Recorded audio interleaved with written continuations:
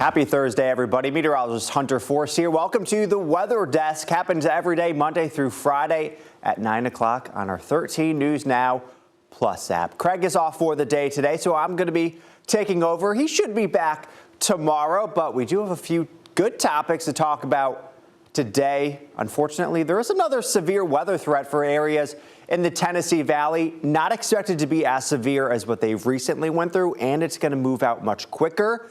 We have a cooler weekend ahead for portions of the U.S., but out towards the west, going to be seeing some temperatures in the triple digits.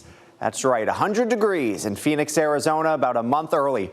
Rainy and stormy Friday for us here in Hampton Roads as well. So if you have any outdoor plans for tomorrow, you want to keep that in mind. It's not going to be raining constantly throughout the entire day on Friday, but we'll see on and off heavier downpours, thunderstorms, isolated severe storm isn't out of the question as well. Let's take a look at our first topic. Again, another severe weather threat for portions of the Tennessee Valley. We are seeing some showers right here and still in Kentucky, portions of Tennessee up into Pennsylvania and Ohio. This system's moving out. It's the one behind it that's going to bring in some more showers and storms to these areas, which they certainly do not need. Flood alerts remain in effect in Kentucky, Tennessee, Indiana, and Arkansas. This comes days after deadly storms that devastated the Midwest with catastrophic rainfall and destructive tornadoes. Major flooding is expected to continue through the end of the week. At least 24 people have died from the storms. Kentucky residents who evacuated during the storms returned to their flooded homes to see what they could salvage. But some stubbornly, high waters kept them waiting even longer, slowing an already extensive process. This is months. This is months of work, absolute months of work. It's not going to be solved in a couple of weeks. It's going to be months because you have to pull the drywall, you have to pull the insulation, you have to let everything dry out and then start again. You know, just a devastating effect that they've been seeing the last couple of days. Right now, luckily, they are seeing mostly dry weather. Again, still showers off towards eastern Kentucky. But for the most part, the area is looking pretty good. But unfortunately, over the next couple of hours, as we head into the evening, we're going to see some more showers and storms heading into Kentucky, portions of Tennessee as well, North Carolina, areas around Virginia. But luckily, this will be much quicker, more fast moving compared to the last system that just stayed in the same spot for days and days and days. So again, this will continue to push down towards the south and off towards the east as we head over the next couple of days, moving out quickly and eventually going towards the east coast. A few lingering showers for them on Friday. And then as we head into the weekend, much colder air for a lot of these areas. Look at, Nashville, Louisville. We're in the upper 40s and low 50s by Saturday morning. But here's a look at the severe weather threat for the area today. So this includes Nashville, Paducah, Memphis, Starkville, Mississippi, Birmingham, Huntsville, even Atlanta, Georgia. This is a level 2 risk out of a level 5, so it's not the largest risk you can have. Last week we were seeing the level, up to a 4 and even a 5. So luckily we're not seeing that huge severe weather risk for today. So, you're not seeing or expecting to see a major tornado outbreak. You could see a tornado or two, but it's not going to be what we experienced last week or even over the course of the last couple of weeks. Some strong winds, wind damage isn't out of the question, 60, 65 mile per hour wind gusts, and hail up to an inch and maybe 2 inches. Then we're going to see that threat push off towards the east heading into the day tomorrow. So this includes us here at Hampton Roads, down into portions of South Carolina and even down into Florida. But for us here, this is only a level 1 risk out of a level 5. So we're not expecting to see, major severe weather as we go throughout the day tomorrow. But we can't rule out an isolated severe storm or two. Good news is that tornado outlook, we're not seeing anything on the map in regards to, a tornado outbreak or even a chance to see a tornado. There could be that quick spin up or that chance as we go throughout the day, but not looking to see anything major. The main threat with these storms for the areas around Mississippi, Tennessee, Kentucky, Arkansas, Alabama will be the hail.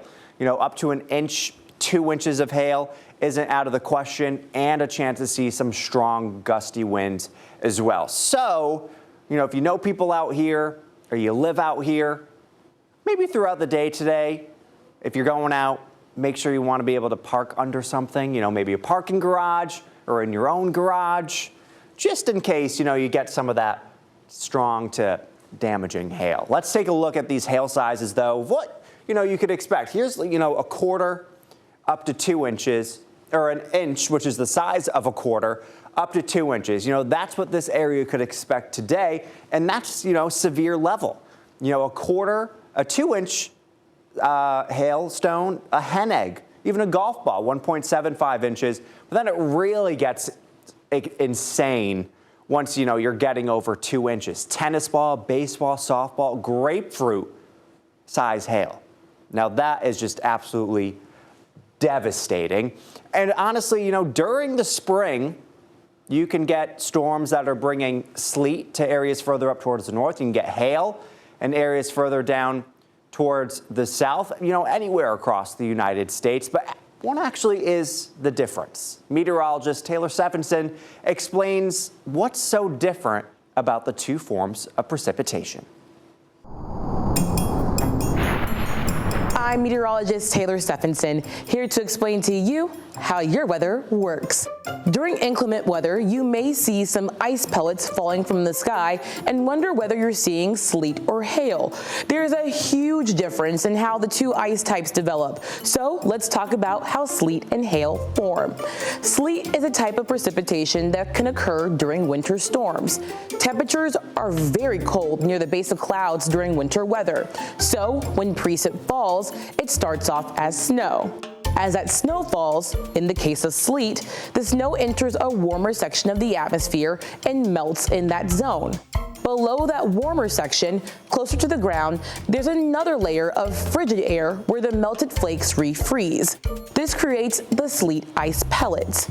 You can tell the difference between sleet and snow because sleet will make small pinging sounds as the ice ricochets off of objects like your windshield or your house windows. Hail is one of those fascinating impacts from severe storms that can be cool but damaging to your property.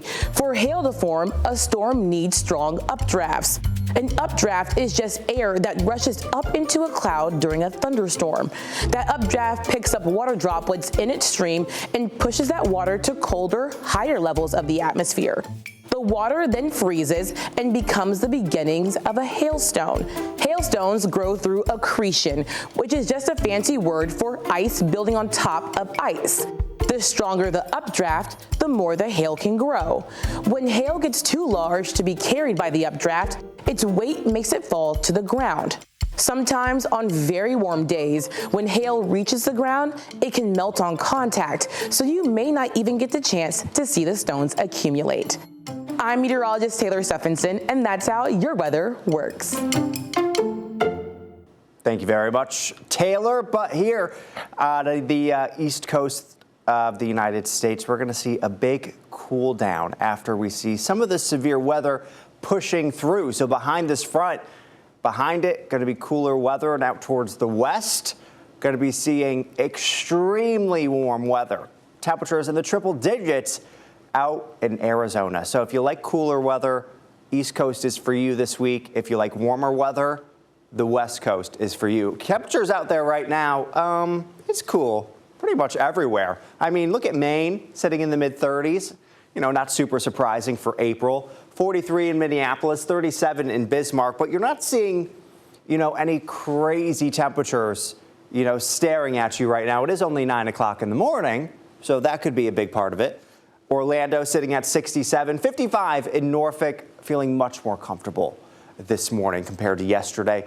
55 in Atlanta, at 60 in Nashville. A nice morning for you guys. 45 in Omaha, 58 in Dallas, 35 in Denver.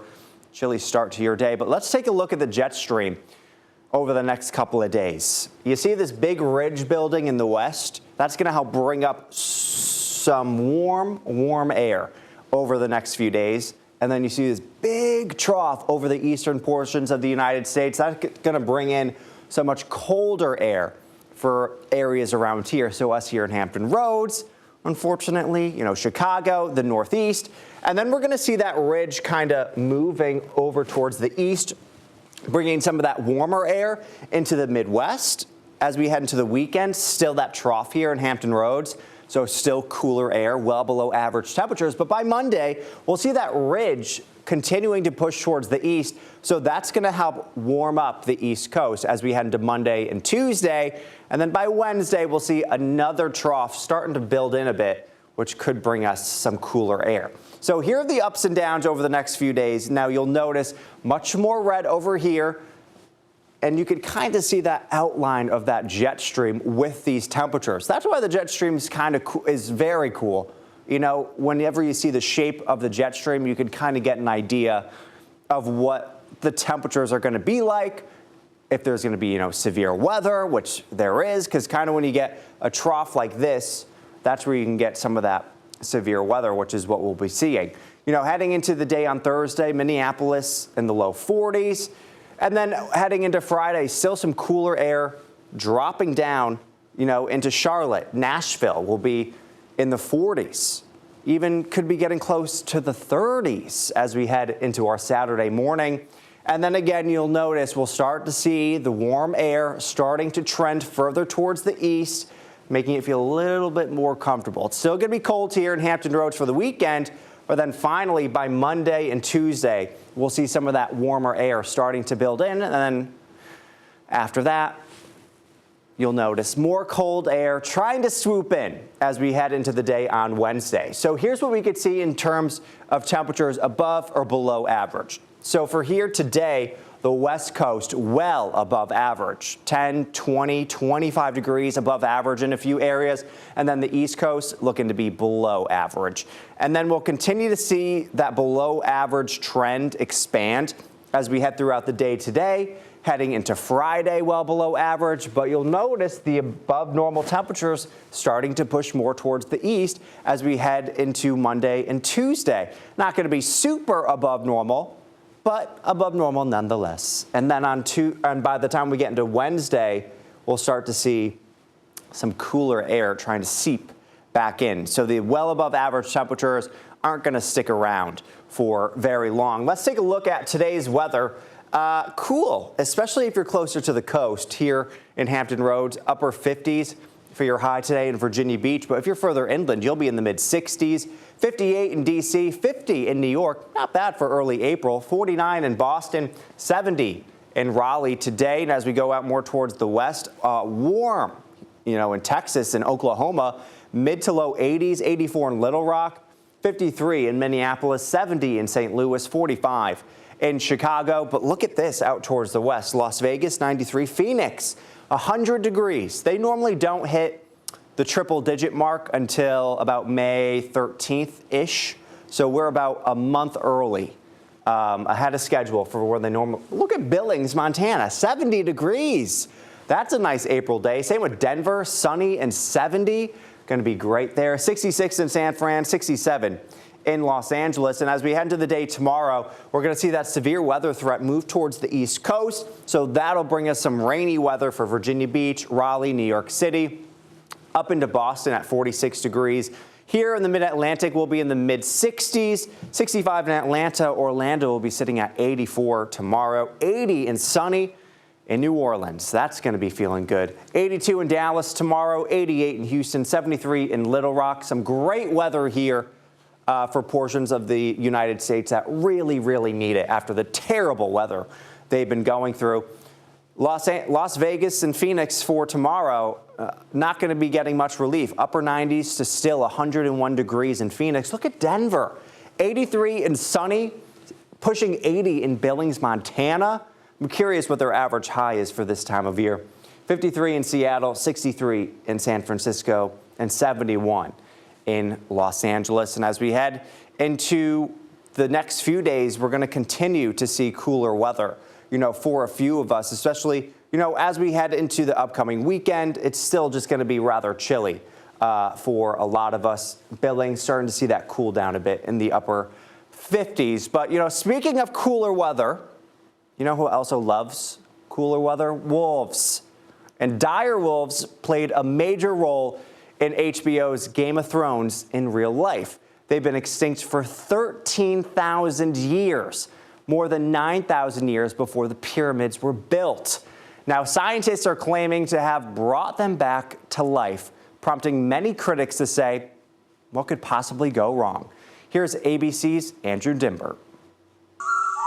It's a howl 13,000 years in the making.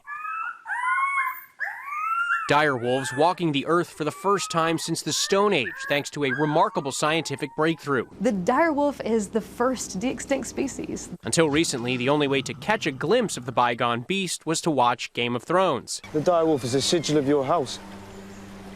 They were meant to have them.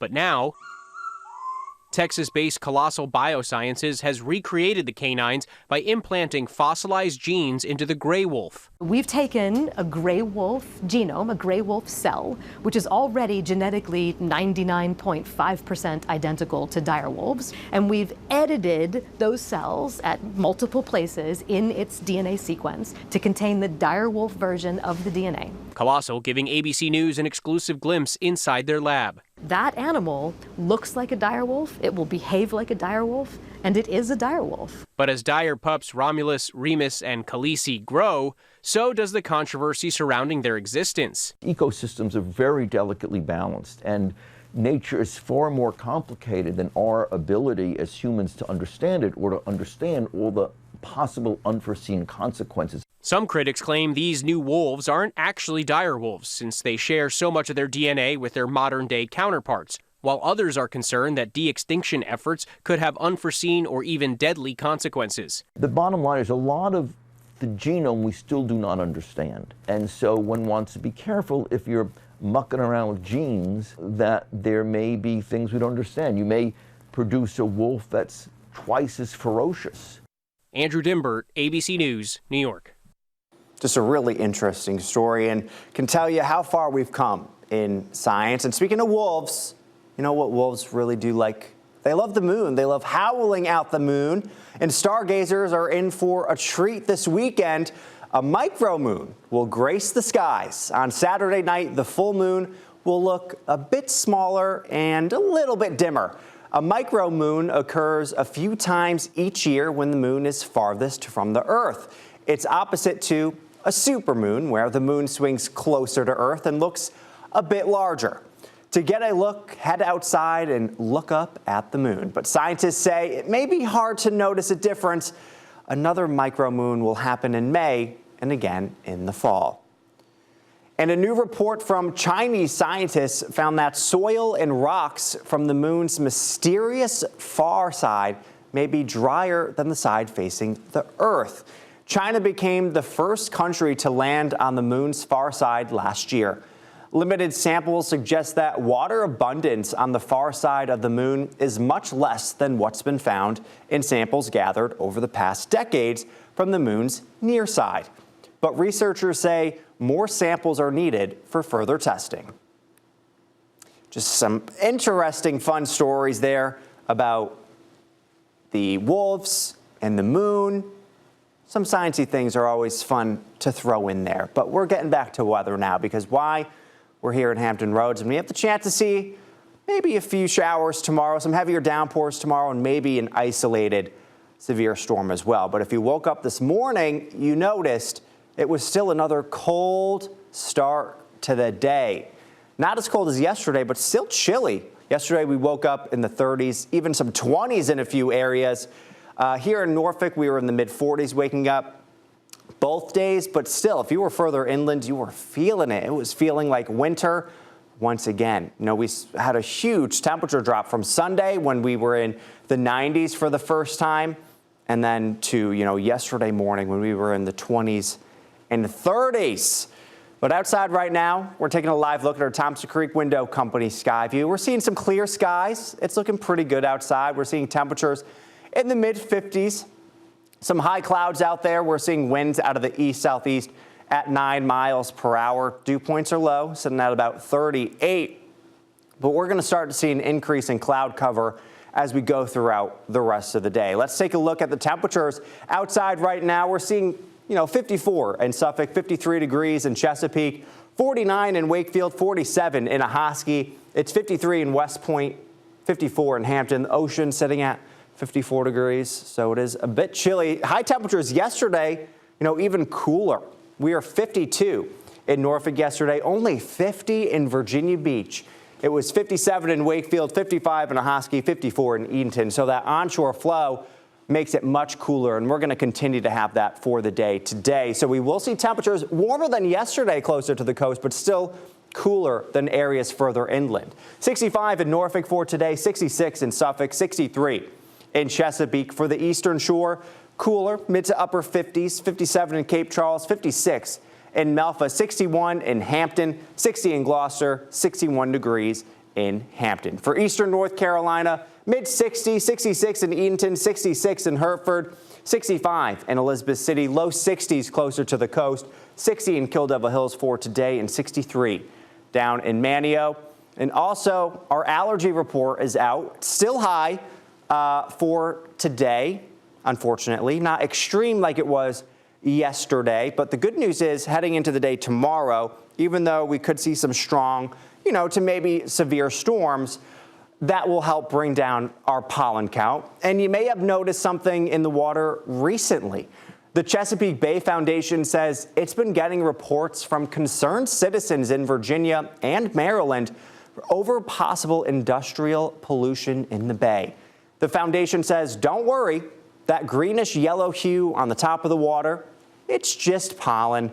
The Chesapeake Bay Foundation says pollen is not harmful to waterways and eventually becomes part of the food chain.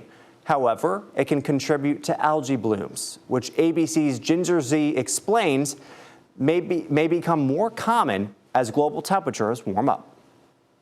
You've likely seen it and smelled it. The slimy, colorful, and stinky stench of a harmful algal bloom growing on the surface of a nearby lake or river. These blooms, caused by a rapid increase in bacteria and nutrients in the water. They're becoming more frequent and more intense, according to the Environmental Protection Agency. And while blooms have always happened, the EPA says that they're getting worse because of our use of fertilizers and warming temperatures plus heavy rainfall, a compound impact of humans and human-amplified climate change. If you have a longer summer, then you're going to have more time for these algae to continue to grow and grow larger and be able to go into things like our sources of drinking water or into a lake that people like to fish in or play in. So I guess what you're seeing is a longer warm period, which will give them more time to grow. Mei Wu, the EPA's Deputy Assistant Administrator at the Office of Water, says that blooms aren't just smelly and unsightly. They can be dangerous. She says that blooms can be toxic to not just humans, but animals too.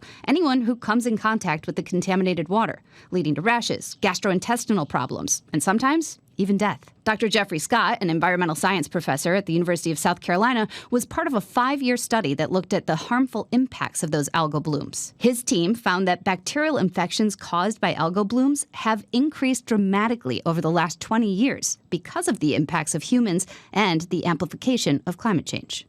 In 2004, there were about 8,000 cases of Vibrio illness, estimated cases. Today, we have 80,000 cases. And so there's this rapid expansion of Vibrios because of climate change, because it's warmer over a wider geographical area and over a longer period of time each year. Wu says people heading to the lake should check with their state for health advisories. She says people can also report suspected algal blooms with the EPA's Bloom Watch tool. Most importantly, don't expose yourself or your pets to the contaminated water. With this Climate Minute, I'm Ginger Z. And for today, temperatures not going to be that warm. We'll only be in the low 60s as we go throughout the afternoon. It was a sunny start, and it's going to stay sunny for the next couple of hours. But as we head later into the day, we're going to see more cloud cover heading into the area. Maybe a slight chance for an isolated sprinkle later this evening, but those chances are rather low. And we'll see those temperatures getting into the mid-50s by about 9-10 o'clock tonight. For tomorrow, a few degrees warmer, upper 60s, pushing 70 degrees, but that's going to come with some rain and some storms as well. It'll be breezy, winds out of the southeast 10 to 15 miles per hour, gusting to about 20. As we go throughout the rest of the afternoon today, you'll notice that increase in cloud cover. Heading into the evening, maybe a spot sprinkle. Temperatures dropping back into the mid to upper 50s, and we'll stay in the upper 40s, low 50s overnight. But you'll notice by 8, 9 o'clock, we're seeing a line of showers, maybe a few thunderstorms rolling into the 95 corridor. Those continue to push off towards the east. Again, could see a thunderstorm or two. Can't rule out an isolated severe storm, but heavier downpours definitely from eastern North Carolina into the south side, up into the peninsulas around 10, 11 o'clock. By about noontime, 1 o'clock, that starts to push off the coast. A few isolated sprinkles are possible. It's not going to be raining constantly throughout the day on Friday, but then we'll see another round of showers pushing through later into the afternoon and evening, 5, 6 o'clock, into portions, of the peninsula, south side, eastern North Carolina. Again, can't rule out an isolated severe storm. And then that pushes off the coast once again. And then you see, the low pressure system kind of just going round and around over us. A few isolated showers into early Saturday morning, not out of the question. And then it'll just be a cloudy day on Saturday. Good news is the severe weather threat for Saturday is low. We're not expecting to see any severe weather Saturday, but on Friday, we do have that chance to see an isolated severe storm. So heading into tomorrow, we do have that chance for damaging winds, possible hail as well. So low to medium threat, and then street flooding is possible as well. Here's what we could see in terms of rainfall as we head into the day tomorrow. 1 to 2 inches possible from West Point up into Tappahannock. Half an inch for portions of the south side and eastern North Carolina, up to an inch in the eastern shore as well. So as we head into the weekend, things are looking better and drier, but it's just going to be cloudy for Saturday and Sunday. 60 degrees, mostly cloudy, slight chance for a sprinkle on both days, but I think most of us should stay dry. Maybe a degree warmer on Sunday, but still well below average. 61 degrees, mostly cloudy skies. And if you're heading out anywhere this weekend, D.C., anywhere, Richmond, Charlottesville, Outer Banks, chilly. Upper 40s to low 50s on Saturday. A little bit warmer heading into Sunday, mid to upper 60s for pretty much everywhere except the Outer Banks into the 50s. Here's our 10-day temperature trend. Again, a cool weekend, and then we warm up heading into Monday and Tuesday, 80 degrees. That's what we like to see. And then we kind of even back out as we head into the end of the work week and next weekend, low 70s. We'll take it compared to the low 60s. Our average high for this time of year is about 68 degrees, but by the time we get towards next weekend, our average high will be right around 70. But no 70s for the next couple of days here. Here's a look at our 7-day forecast. 64 degrees for today, 68 tomorrow with a chance of showers and storms on and off throughout the day. Then a cool weekend ahead for Saturday and Sunday. Temperatures in the low 60s. But look at Monday. I have the day off. That's going to be nice. Sunny and 75. Going to be a great day to get outdoors if you can. 80 degrees on Tuesday. Maybe a chance for an isolated shower or two heading into the evening. 80 degrees. You love to see it. And then you see those temperatures dropping back as you head into Wednesday. But 67, a good amount of sunshine. Not too bad. Thanks again for joining me today. You could always, of course, find me on social media, Facebook, Meteorologist Hunter Forst, Instagram, Hunter Forst, HUNNERFORST. Remember, you can watch the weather desk and stay up to date on your forecast with the 13 News Now app. You can download it for free from the App Store or Google Play, or download 13 News Now Plus to watch your TV, or you can download 13 News Now Plus to your TV to watch for free. Thanks again for joining me today. We'll be back here again tomorrow starting at 9 o'clock.